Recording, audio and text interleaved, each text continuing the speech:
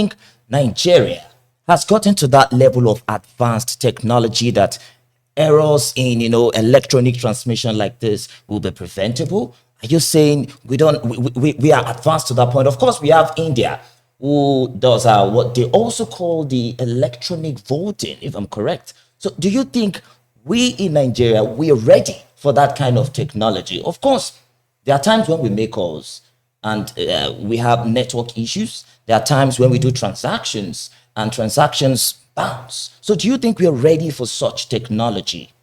We're in the 21st century where technology is driving everything. If you refuse to join, those who are willing to join are already in it. Globally. We're not even talking about area of AI. And I think when Nigerians want to make something look very complex, the argument change. I know very clearly that before 2023 election, the core agencies responsible for technology in Nigeria told us that we have over 93% coverage. And of course, later we'll find out we even have 97% coverage. If you do 97 in an LA exam, that's alpha A. So I should think that the answer to your question is yes, we're duly covered. Today, across Nigeria, there's practically no part of Nigeria you go to, you don't find it. The other card, what do you call it? Not the ATM card, the ones that they now carry around. POS. POS, okay. And people use it to do transactions. The way the BVAS is programmed is type that it can work offline. So when we say transmit electronically, means that you can snap that same result you have manually, snap it and post on the RF. It will send. It may not deliver. Okay. But of course, it can be stored. Yes, it will be stored. It will take note of the time it was sent. Just like the normal text messages that when I was coming to the studio, I sent a text to Esther, and I noticed when I sent it, it didn't go. But by the time I moved 2 minutes away from where I sent it, it came through. It delivered. That's the way the BVAS works. So the argument that you're not covered is just the hallucination and imagination of the person who want to have opportunity to think about manipulating the process. What you have discovered in Nigeria clearly is that once you give people the opportunity to use their discretion, manipulation is normal.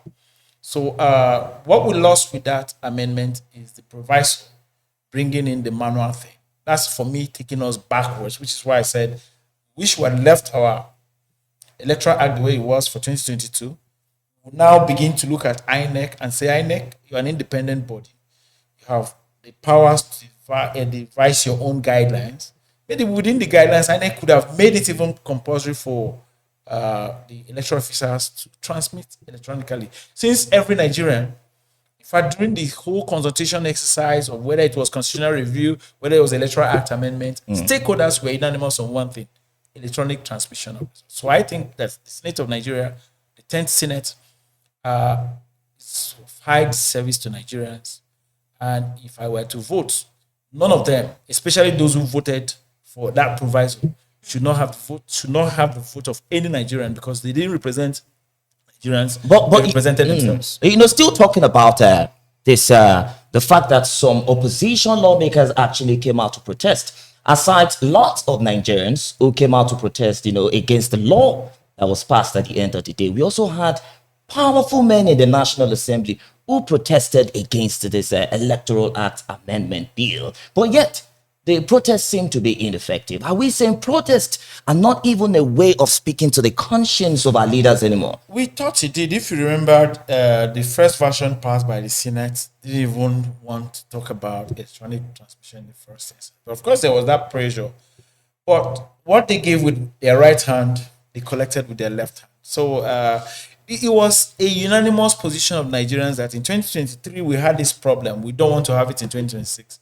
But the National Assembly, in their majority, in fairness to the minority, of course, in democracy, the majority will have their way, the minority will have their say. Those minority in the National Assembly, speaking the minds of the totality of Nigerians, stakeholders. I am Director General of Interparty Advisory Council, and I headed the technical committee of IPAC that make recommendations to the National Assembly on the kind of reforms that we wanted.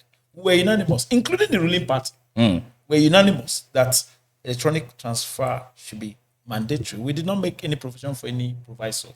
So that was purely the imagination of some elements in the National Assembly who do not think Nigeria deserves free and fair election. Okay, speaking about the INEC, how would you assess the independence of the INEC? Because lately there was, having a conversation the other day, and someone stated that the INEC is no longer independent. They are now It's now dependent National Electoral Do you think Commission. they are autonomous enough to resist executive orders? INEC is constructed to be independent. That is why you find the word independent in it. The question we now ask ourselves is, how independent is INEC?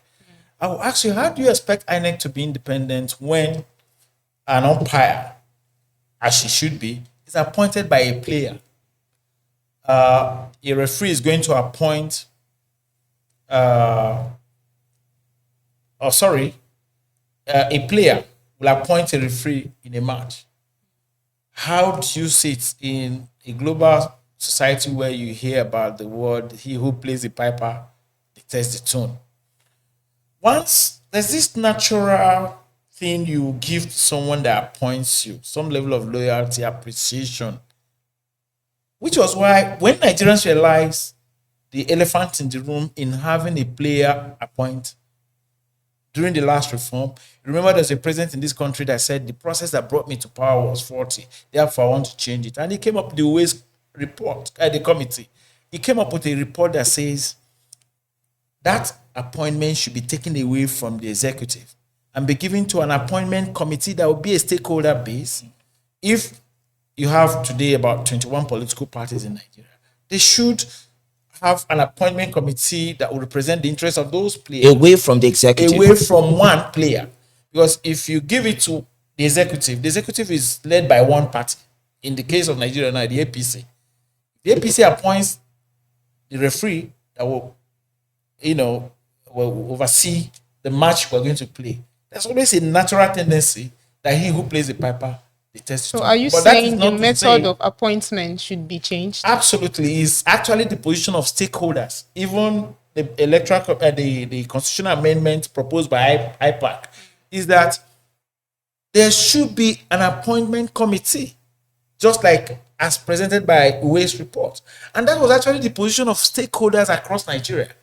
So it's also that the National Assembly don't want to do it because they for some reasons, they need a platform where they can determine what happens. So I think the problem of INEC independence starts with how the appointment is made to INEC. Until we get to a point where there's a multi-stakeholder, non-partisan appointment team that gives that body an opportunity to be appointed, whosoever comes into it, to be appointed by a stakeholder who will have their loyalty to the stakeholders and not one person. Okay. Then the other part is the issue of their funding. Okay. The way it's structured. The INEC is structured to take his money directly from the executive. The finance, not the president, from the revenue generating, what do you call it? The National Reserve for our funds. Okay. They're not supposed to be under any person's, they should take their money directly from I'm trying to find the right word now to use for it. You think there's a way they can privately source out funds not for privately, themselves? There's a provision in the Constitution that they draw directly from the revenue agency, the general platform where our money comes, where every other organ draw money from, rather than depending on executive approval.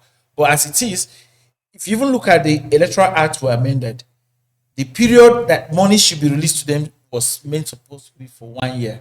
But now the new Electoral Act has reduced this to 6 months. Now, when they had 1 year, remember there were cases in this country where they had logistic issues that the INEC had to postpone the election. Okay. That was when they even had opportunity to access their money in 1 year. Now, we have narrowed it down to 6 months so that they will now need to go and beg an executive. And you know what happens when you now cap begging someone to release funds that you need to. So the independence at that level is eroded. But if they draw their money from the source and they don't have to be subjected to the whims and caprices of any executive, I'm sure their independence can be guaranteed. All right. So now, what structural? okay. Let me quickly ask you this before Esther comes in. in your honest conviction, now that we have it like this already, we have the president who already appointed Joash Amupiton as the INEC chairman. Do you think honestly the 2027 election will be credible, or have you just concluded that of course it's going to be rigged? Judging from the FCT council elections too, what are your thoughts about the 2027 elections? What is now left now is the credibility and integrity of the body called INEC to deliver the election. It's now for us to expect them to shut their eyes to how they were appointed and face a patriotic job they need to do as an umpire. Now, for Ahmad Potin himself, someone I've known for a while. There was a time I was consultant to a group in National Assembly called Initiative. After the election done by Morrissey in 2006, Nigerians felt that the election was flawed and mad. That group, being a group of cerebral registrators that were thinking about how do we have proactive laws for good governance, felt there's something that we need to do with the electoral system. So came up with a round table. In that round table, it was titled Good Governance and the Problem of Electoral Reforms. And we're looking for who we thought had the capacity to deliver to Nigerians new way forward for electoral reforms to help our governance system. And Ami Putan was mentioned. We scanned through him and discovered that he actually possessed the credibility, integrity, and experience to be the discussant in that program. And that program gave him opportunity to talk to Nigerians on electoral reform. Apparently, maybe that's when even Nigerians begin to realize that he has the capacity and he has the pedigree and integrity to do what he's been called to do today. So myself and a few other persons who have known him over time believe that he can bring his now personal integrity to bear, knowing that forget about whether I was appointed by Mr. A or B. I have a job to be done for Nigerians. I have an institution to protect. I have my own name also to protect. So nobody will now say, okay, fine, because the presidency has appointed him, the election is already mad. No, we're saying he's a man with integrity that has an organization with a mandate. He's a lawyer, a professor for that matter, and an SN, the highest you can arrive in that. So we believe that he has nothing that will not make him position himself to provide the real transparent election Nigerians expect in 2027. So nothing is rigged so far. Then if you're talking about the election in the FCT, the election in the FCT wasn't completely as bad as some people say, because if you look at their election, that election had very few skirmishes, But I feel that what was at the center of it all was the participation. If you have an election that you have a turnout of 15%, so there was a problem.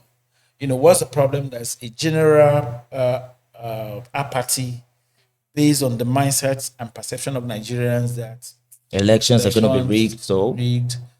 And from your experience, if you want to even agree with them, when you hear the sitting minister talk the way he did and almost preempting the election, and at the end of the day, it looked as if he predicted well. And even the way he went about it, he was practically going from one polling unit to the other. And one was wondering, this was a man who made a coffee, making people like us who even should have gone out to check out whether people are voting for us to sit back home. But he was there in the field. So you think he actually influenced that election? I don't have any practical thing to say. But, perception, like I always say, is reality. Particularly when you make us feel that you can find... You can imagine when someone says, do your part, I'll do my part. What part has he got to do in that election? I don't know whether you followed him before the election. There was a statement where he made, go do your part and leave the rest to me. As who? Is he as INEC or as... He's not even a voter in the FCT. Because on our last check, he probably registered in Rivers State where the average Nigerian political leader votes from his polling unit. I vote in my polling unit in my community in Faraway, that's Imo State. Which was why I couldn't even go out, even though when I have candidates in an FCT. Because there's a coffee, you're not allowed to go out. So why would the minister be on the road? All right. Now let's move away from electoral reforms and all that quickly. Let's going to Southeast politicking. You're an Igbo man. Of course, you're from the Southeast.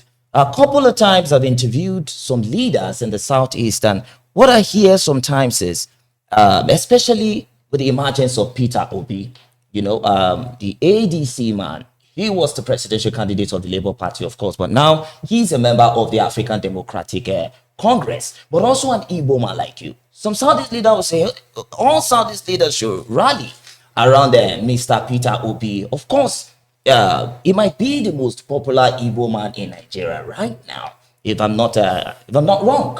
So why don't your party, for example, the National Rescue Movement, some other Southeast leader, rally around him and perhaps come up with a consensus that let's bring up this man, let's support this man. Do you think that makes sense? Well, let me explain to you the character of the Igbo man. The most misunderstood person in Nigeria is the Igbo man is one that leaves his house in the village, goes to the remotest part of any part of Nigeria, and develop that same place as if it's his village. Confirm this whether it is true. If you go to any part of Nigeria, once you take away the traditional members of that society, the next largest group you're going to find are Igbos. So the average Igbo man has a universal mindset, not the one that think he has to be me. You can check the history of voting in Nigeria since the return of the Fourth Republic. From 1999, the first time Obasanjo came out, he got almost all the votes from the Southeast. When he left, Yar'Adua came, got almost all the votes from Southeast. Jonathan got all the votes from Southeast. Igbos are looking for the best candidate at every point in time because they need the candidate that will speak to, if you like, level playgrounds for everywhere, which is the kind of situation they like to thrive in. So they're not particular that this person is my tribe, this person is my... They are looking at competence. Igbos seem to have supported Peter in the last election. The reason is very clear. They saw him as the most competent of the persons running the election. Not because he's an Igbo man. Because if you remember the election before that time, there was one... In fact, Nigerians will remember that the man who led the Igbos to war was Ojukwu. But there was a time Ojukwu was on the ballot in Nigeria. Igbos didn't vote for him. They voted for the Hausa man. That tells you the mindset of the Igbo man. So reducing Igbos to sectional politics is that you don't understand them. They don't have barriers. They believe that the best should be in power at every point in time. So if they are running around Peter Obi today, is because they believe that he has the competencies to do it. But what they will not do is to put all their... In the same Igbo land, they're going to find somebody who will check another person, so maybe another person is better. It's a place where you're allowed to use your mind, not where people are pushed into one. But some people, especially as it has to do with recent activities and past activities, of course, might want to disagree with you. You know why? Because lots of Igbos have come out to say the Southeast is being marginalized. Lots of Igbos will come out to say, no, the Southeast is the Southeast turn to be the president. So are you saying that is not true? That Southeasterners actually want an Igbo president? Because if I'm going back what you're saying right now, you're saying the Igbos don't care. If you're competent, we vote you, irrespective of the tribe. Omotola. Yes, sir. What I've told you is the character of the Igbo man. What the Igbo man is reacting to now is what seems to be a norm in Nigeria, where people are now... Obasanjo... in fairness to Obasanjo was a united Nigerian. He wasn't president as a Yoruba man. He was a pan-Nigerian president. Look at Buhari 8 years. Buhari almost gave the impression Nigeria was a Fulani state. A lot of people are accusing the current president today that he's not even doing Southwest, he's doing Lagos.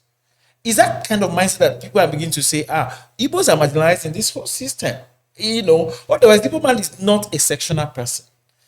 Make an Igbo man president today, leadership will be spread across Nigeria. Try it. Because that's their orientation. They don't believe... The average Igbo man is looking for the best in every situation. If they are successful today, that's the secret. The Igbo man don't care whether you come from the moon, for as long as he knows if he puts something in your hands, you're going to do it well. That's the secret of their success. If you know your history very well, every Igbo man you have today, before the war, who had 1 billion, had 20 pounds given to him. 20 pounds after 1970 that made the Igbo billionaire you find today? 20 pounds. Even if you had 10 billion naira in your account, there was a policy of Nigerian state that all you can get is 20 pounds. So the billionaires you find in Igbo land today are billionaires out of 20 pounds. That's the nature of Igbo man. That's why he's always looking for a level playground. Give the best to the best person, no matter where the person comes from. And I've tried to demonstrate it to you here that the pattern of their voting, they've voted against their own multiple times. So if they rally around you today, it's because they find you the best.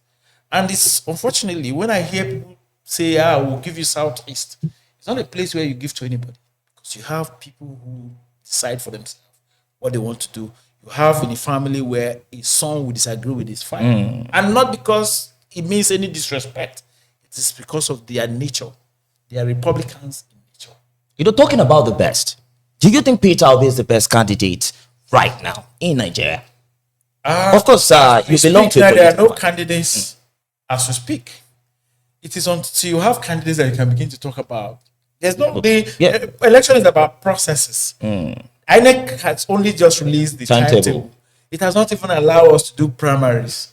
Nobody has expressed interest in any political party now. So how do you know who is the best? Until that happens, we need to wait until people have procured forms in their parties, emerge, and we can now look at them. Okay, the candidate of this party is better than this. It's too early to say that. Okay. Moving away from that, let's talk about reforms. What government reforms can be put in place to ensure a democratic Nigeria? Because as it seems now, it seems more like whatever Nigerians are doing to ensure free and fair elections is a waste of time. I've advocated that sometimes if you have a government that over time has not given you what you want, the people should do something themselves. And because I have watched so many attempts in Nigeria to get something done. Look at we started with the electoral act now. We said what we had in 2023 seems to be better than what we have in 2026. That's a policy document. That's a legal document. So what I'm thinking now that Nigerians need to do is that if you've tried something consistently and it's not working, you do a strategy. That strategy is that Nigerians should take this now in their own hands to say, look, going forward, we'll no longer allow political class to determine what happens to us because over time they've not helped us. In this election we're going now, they should come out on their own. It's no longer saying, I don't belong to any political party, I'm not part of the politics for the dirty people. No, every Nigerian should participate to ensure that if we're electing a local government chairman, must all come out to ensure that this is the person that has the capacity to deliver dividends of democracy to us. That's the way forward. If we keep talking about policy, what we'll find now is people who are already taking advantage, play everything to their advantage. And if it has not helped us over time, remember Nigerians in 2015 said Jonathan was not good enough. We sacked him and brought in Buhari. So can that still happen? 7 years later, Nigerians were wishing to have a Buhari. No, Jonathan. Okay. First. Now, when Buhari, we were waiting and praying how just 8 years is too long. When will Buhari leave? I've had Nigerians say we wish they can take us back to where Buhari left us. So I think that what Nigerians need to do now is 2027. Don't be partisan as I belong to any political party. Come out and look for Nigerians, no matter the parties they belong to. For as long as you know they have the competences, they have the pedigree, they have the integrity to deliver on whatever it is that they seek to achieve. All right. That's, for me, the kind of reforms that we need to do in this Nigeria. The other one is, of course, that can help because I was going to talk about institutions. Our institutions are the weakest. Why? We have strong men in Nigeria. We don't have institutions. Okay. If you observe what happened in the last American election when Trump came with his style, his deputy did not agree with him. His deputy, the vice president, did not agree, who was also in the Senate, did not agree with him. That's where institutions work. You've seen most of the decisions he took in America today, the judiciary upturned. How many? Look at today in Nigeria. We've had a 10th National Assembly that whatever the president takes to it is exactly the way it comes out. We've had that same National Assembly in this country where Bukola Saraki could confront certain things brought to it, where Pius Anyim would disagree, where, in fact, a president in this country wanted a third term. had a Ken the man that stood his ground and said, look, every senator should vote and answer your name. It crumbled. That is absent in this. So the weakness of our institution is also at the core of our problem. So in building our institutions, Nigerians should try a strategy of getting involved themselves and not being nonchalant about leaving politics in the hands of politicians. All right. Thank you very much, Dr. Obi. I was listening to one of your previous interview. You said something. You said it would be a very good idea if INEC conducts election on the same day. Am I correct? Very well. It's actually part of our recommendation. Even in the technical committee of IPAC said it will save us lots of resources if we do all the. But principally, it is going to deal with this bandwagon effect. A president is elected of party A today. If you do governor 2 weeks after, everyone wants to go to the party of the president, which is what even they're trying to do now. It's almost all the parties that all the governors are going to APC. It's not good for a constitutional and multi-party democracy like ours. Okay. What makes a democracy unique is the fact that you have alternatives. When candidate A is not impressing you, you look. And there's a competition. Look at the Americans. The Republicans are not doing very well. They throw them out and bring Democrats. When Democrats get boring, take them away. Now, in the psyche of the leader, it makes him people oriented, knowing that the people determine what happened to him at the end of the day. So, my position remains that our elections better done the same. Should be done on the same day. Cost, deal with the issue of bandwagon effect. But have you not thought about the rush that might occur on that particular day? Have you not thought about errors that might not be corrected on that particular day? How about the insecurity that might escalate beyond, because of the complexity of a one-day election? Have you not thought about that? My brother, the challenge is that we see election in Nigeria as well. Elections shouldn't be. My idea, in fact, my party, the National Rescue Movement, believe that a totally technology-driven election is the best, where you can sit at the comfort of your home and vote. If today we use a biometric system to impute data, where the only thing that can change is if no two persons in the world have the same biometrics. No two persons. In fact, for instance, a psychologist will tell you that for that to even happen, you need to have the population of Nigeria the population of the world almost times 10. That's the only way you can have the possibility of having one. So if that is a system that makes it difficult for two persons to do the same thing, let's go electronic, put everybody's in biometrics so that we can even cast our vote and collate electronically. Do you think Nigeria has gotten to that point of advancement? This is also a question I hate to hear when I hear this question, whether do we think Nigeria has gone to that? When will we get to these advances we always talk about? Like I said today, there's no part of this country today you cannot find telephones. You cannot find. We're using smartphones. We're using everything. The technology is already in front of us. So we have gotten there. It's only the mindset of those who don't want to get it right. When the argument supports them, Nigeria is right. When the argument is not, they will tell you we are overripe for total deployment of technology. All right. I would want to, this might be a little bit personal. You can decide to answer not to answer, actually. You have a choice to do that. You seem to have a lot of solutions for the problems in Nigeria. Of course, you're a national chairman of the NRM, a political party in Nigeria, and also DG of a collective body where political parties, get to decide and, make some decisions. Do you intend to be the president of the country someday? Well, I've never thought of being the president of Nigeria. Frankly, I've never thought of being the president of Nigeria. But my mates are presidents of countries elsewhere. And in fact, I've had people who are much younger than me. I'm 60. And at 60, wow. I'm even coming close to retirement, ideally. But the solution to Nigerian problem is something the National Rescue Movement has articulated in a document called National Rescue Movement Blueprint. I'm going to share it with you. Okay. It's done a holistic of looking at Nigerian potentials, both human and material. All these potentials can be translated into development. Will be shared mutually, because it's a social justice party that believes that Mr. A will benefit what Mr. B benefits in society, what we call shared prosperity. Anybody can implement that document. It must not be Chinedu Obi. All we need is to find a Nigerian who, if he takes that document today, whether he belongs to the APC, the PDP, the Labour, the National Rescue Movement, or even you, and come up and implement that document. That's what I think my party had tried to do for Nigeria. Put up a document that we don't care about who implements it. Okay. So if we want to rescue Nigeria, and we have a document that we think that can rescue Nigeria, anybody that implements it has done.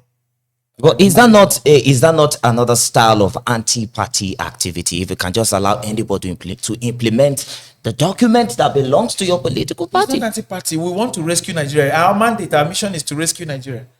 If it takes a man from the moon to rescue Nigeria, our mandate is achieved. So it's not anti-party. All right. So anti-party is when I leave that document and I go to promote what somebody else is doing. But anybody who now helps me to implement that document is even a member of my party.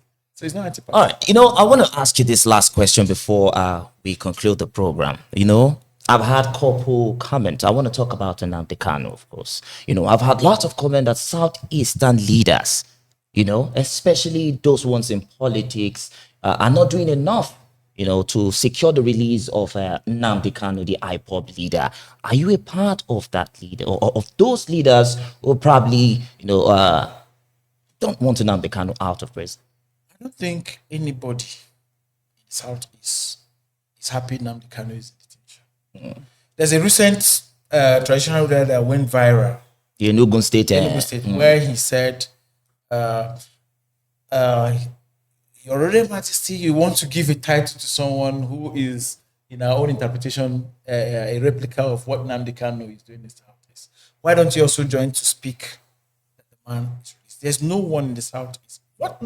You may disagree with Nnamdi's style, but the content of his message is that of marginalization. The question is the Southeast marginalized today? And I gave you a picture here where there was even a policy of state.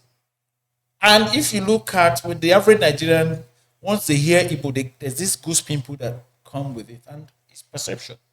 And like I always said, Nnamdi Kanu speaks the language of the average Igbo man in terms of how the Igbos are marginalized. That is, everybody knows that. And nobody is happy that in a society where you have people you call repentant, Boko Haram, who kill people every day, you put them back in your army. Country where you are willing to have meetings with people who will come to the meeting with the uniform of a dead serving police officer.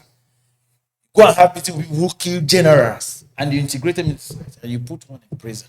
That's it's not called. Let me ask again. Do you think Southeast political leaders are doing enough to secure, but especially Southeast political leaders like you? Do you think they're doing enough to secure the release of that? I'm sure you're a journalist. I'm sure you probably know how many times political leaders from the Southeast had paid visits to the president, spoke about political solution to Nnamdi's situation. All through the period it goes to court, majority of the times you see our traditional rulers, you see political leaders. So sometimes Nigerians are usually unfair to the Southeast. They have a feeling everything an Igbo man does is, given a label. Another person does it somewhere, is something else. You hear the Igbos are not united, and I want to tell you the most united part of Nigerians are the Igbos. If you want to hear how united they are, go to the market there and kill one of them, and you see how united they are. Anywhere they have opposed anything, they have not made any mistake about it. But like now you're asking me political leaders, they have made several representations, traditional rulers, groups, our governors, and yet nothing seems to be done. Holding them the satisfied interest of some people, and maybe that's because Nnamdi has not committed more crime than most people who are working free in Nigeria today. All right, so we're about to call it a wrap on the program. So, what are your conclusive statements, quickly? My conclusive statement is that as 2027 is here, I plead to all Nigerians to see politics as our business, not the business of political class. I've argued multiple times, maybe in this studio, that the political class in Nigeria constitutes less than 3% of our population. So why would 97% of a population allow 3% to determine what happens to them? So total participation, I need Nigerians in 2027 to come out. If you don't have a voter's card today, go look for it. Otherwise, if you don't and participate, vote and ensure that your vote counts. Yes, the law has provided that transmission should be done manually. Sit there that day and ensure that it is done electronically. Again, go and vote and be sure your vote. All right, that brings us to the end of today's edition of Leadership Dialogue. Of course, many thanks to our guest, Prince Dr. Chinedu Obi. Thank you so much for your contributions and insightful opinions on matters that concerns the country. Thank you very much, and thanks once again for inviting me. All right, Esther, thank you, of course, as usual. Thank you. Thank you to our viewers, of course, and listeners out there. So make sure to follow, like, and share at LJE News on all social media platforms to stay in the loop and join the conversation ahead of our next show. My name is Omotola Adeleke. Bye for now.